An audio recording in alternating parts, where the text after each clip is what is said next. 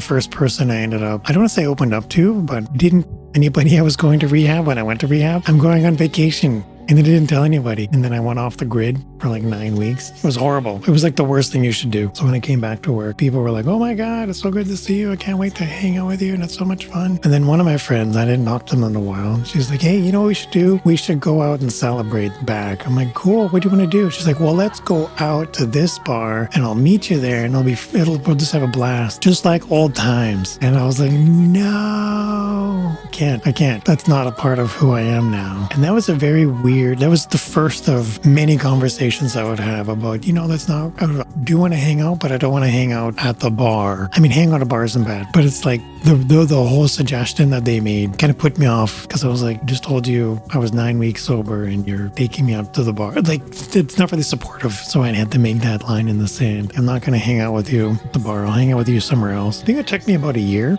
before I went to like a Christmas party. Yeah, the relationships is pretty, it takes its toll on my soul, I don't know if you can relate, where I want good things to be there for good people. But there's a part of me that's like let down as soon as it's not. As soon as I see that in someone else, maybe they're not happy, maybe they're not having fun, maybe they're not. It can also be like you've invested time and we've grown a lot. Then there's a part of me that's like, well, what if we've grown apart? And I look back now and the train wreck of relationships I had been in, I feel that there's those past relationships, what I've learned from them has helped shape me into becoming the person I am. I'm not blaming that entirely on the relationships. What I'm saying though is I've learned through, putting my hand on the stove and burning myself that stoves are hot and I shouldn't do that. In causing other relationships and being responsible for things falling apart, I've become aware of what certain impacts are, like burning your hand on the stove. There's more to this. In order for me to relate to somebody else, I first need to be relatable. And I can't do that if I'm pushing people away. I can't do that if I'm just focusing on just myself or if I'm just tunnel vision on something. There's more to a relationship than just me. And that was a hard thing to get through, like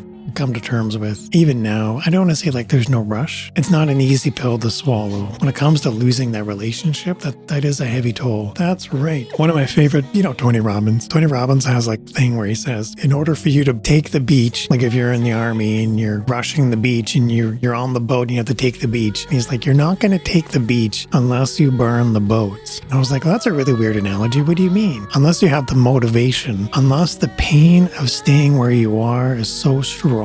Like we know pleasure is going to pull us forward. Pleasure is going to want to move us in that direction. But unless we're equally facing unless we're facing enough pain, staying constant of who we are, we're not motivated to want to move forward. Tony's analogy about burning the boats, that gives us no other choice but to succeed because you don't have a boat to go back to. You now have no other choice but to push forward. Like the Eminem song, like you got no other choice. You might as well keep going. I remember leading up to hitting rock bottom, I was torn with the idea and I was like, what if this is bad? Like what if the alcoholic brain is actually running amok? What if at the time I didn't know it was my ego, but I wasn't in a position to admit that I had an ego? So if you don't know what it's called, do you know what it is? I was more afraid of being judged by my friends, by my family. And if I told them that I was an addict, that they would suddenly not care that they wouldn't love me. They wouldn't be my friend anymore. That fear drove me. I think I might have a problem. And then I was more afraid of what my friends and family would think of me. So I just didn't bother telling people I had a problem. I would just keep doing the thing that was bad. And then in doing that, that is perpetual, like throwing it in the rage bag we talked about. Like it doesn't help anything in avoiding dealing with it. I went full force, 0 to 60 into rock bottom. And I was more afraid of what other people would think of me, more afraid of what my family would think of me, that I would be considered weak somehow. I